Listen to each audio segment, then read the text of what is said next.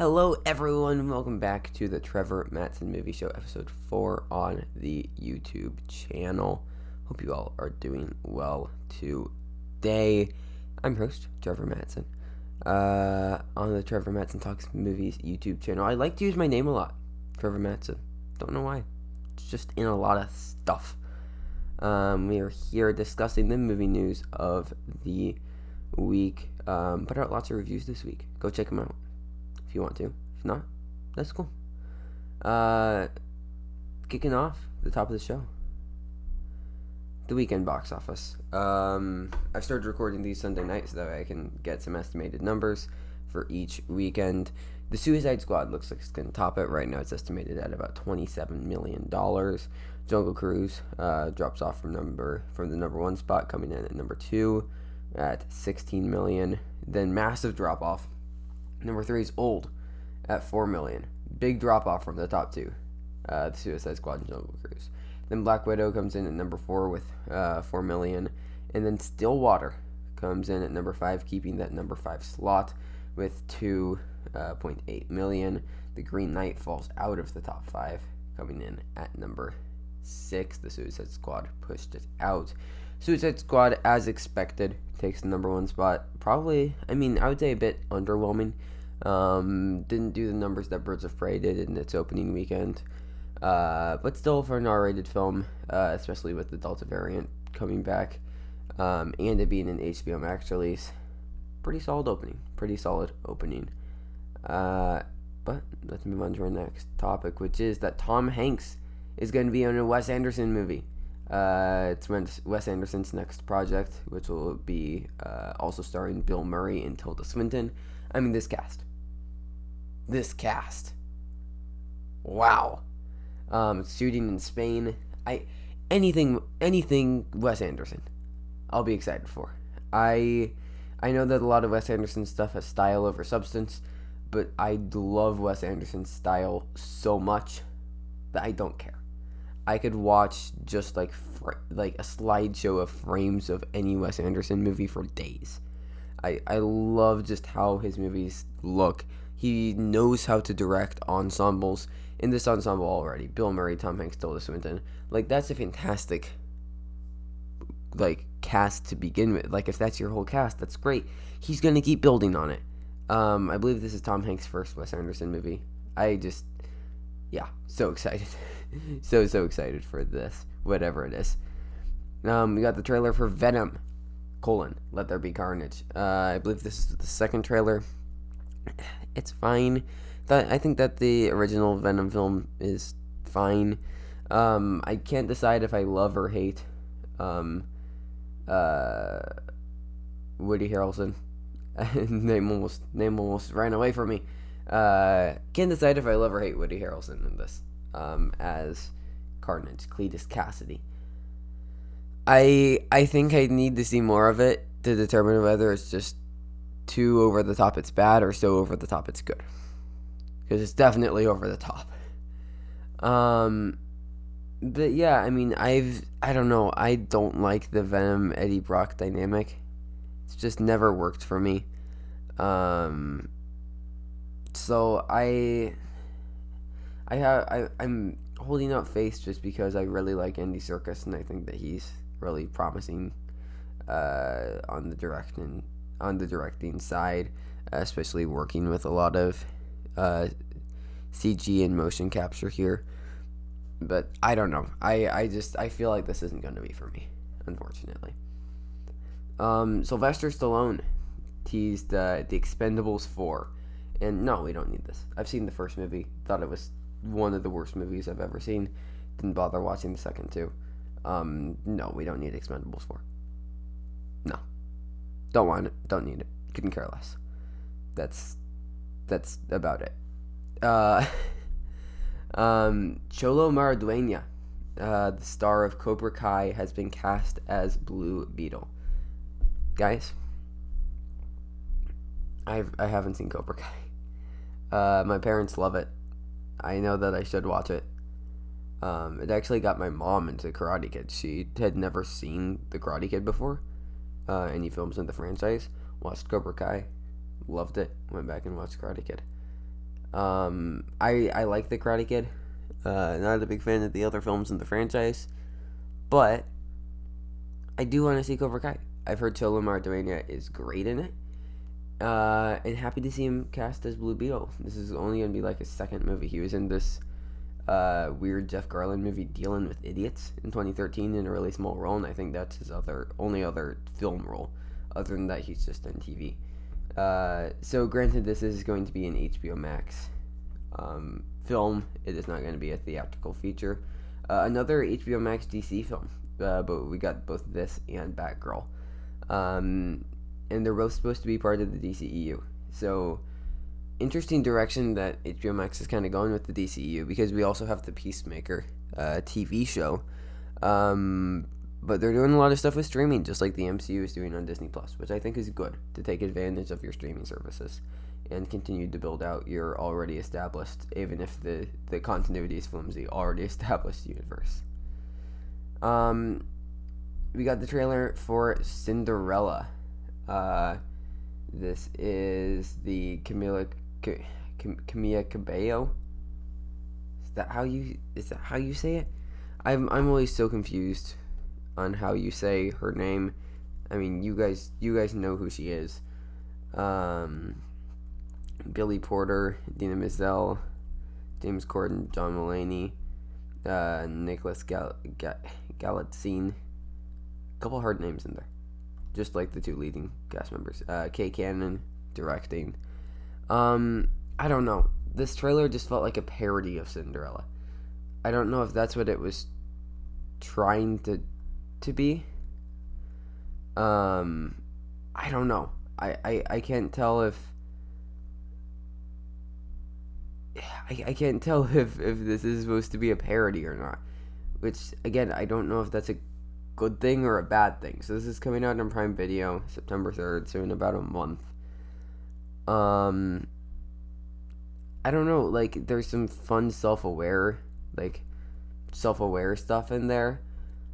But, like, just, there's also some other stuff where it's just, like, doesn't make a lot of sense. I don't know. I'm curious to see what Camilla Cabello can do in the leading role. I believe this is her first acting role. She's, of course, a very established singer. But yeah, I like musicals. I mean, John Mulaney's gonna be in this. I love John Mulaney. There's just, like, there's so many things about this that I should love. But I don't know.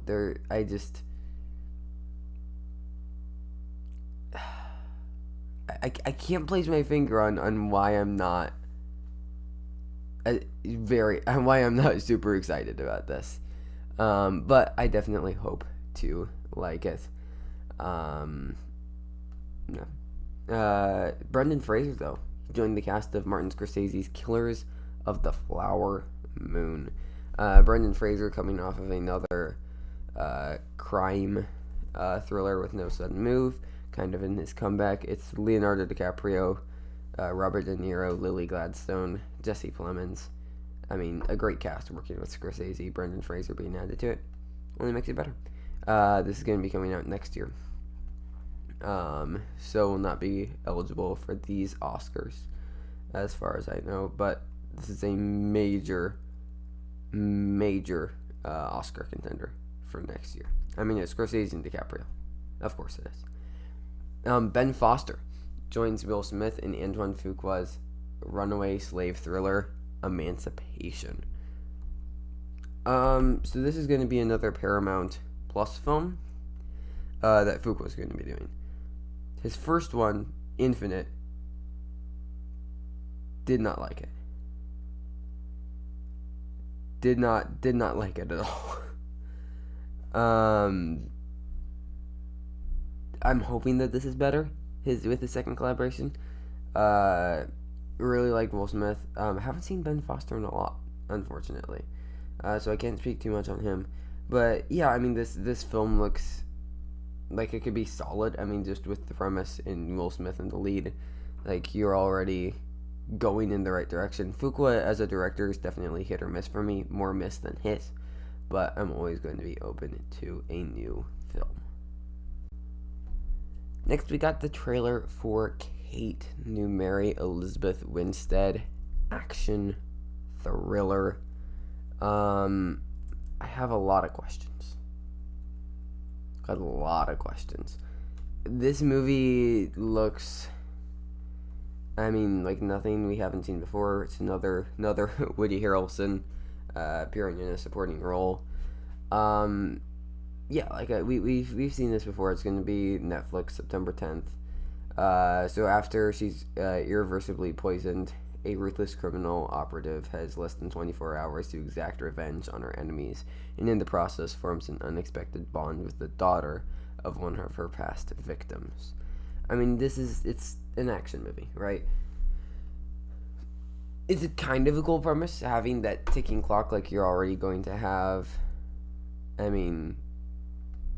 That's immediate tension. You're building tension for yourself, which is great. It's a great plot device. This movie looks so weird visually, and I can't decide if I like it. Like, her car in this is like glowing purple. Don't know what that is. There's so many things there in this. Like,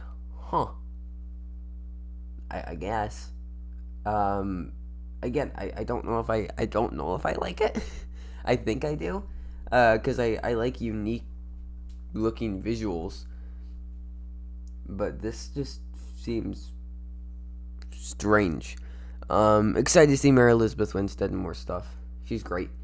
Excited to see this film when it comes out in about a month. James Gunn has revealed that he's going to do more with DC. So he is, of course, doing Peacemaker Season 1, and it looks like there's going to be a Season 2. I don't know how I feel about that with John Cena leading, because he's... But excited to see what more James Gunn does. I guess that the Suicide Squad will get a sequel. Spoilers kind of, but post-credit scene definitely sets up a sequel.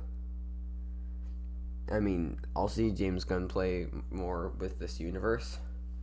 Now,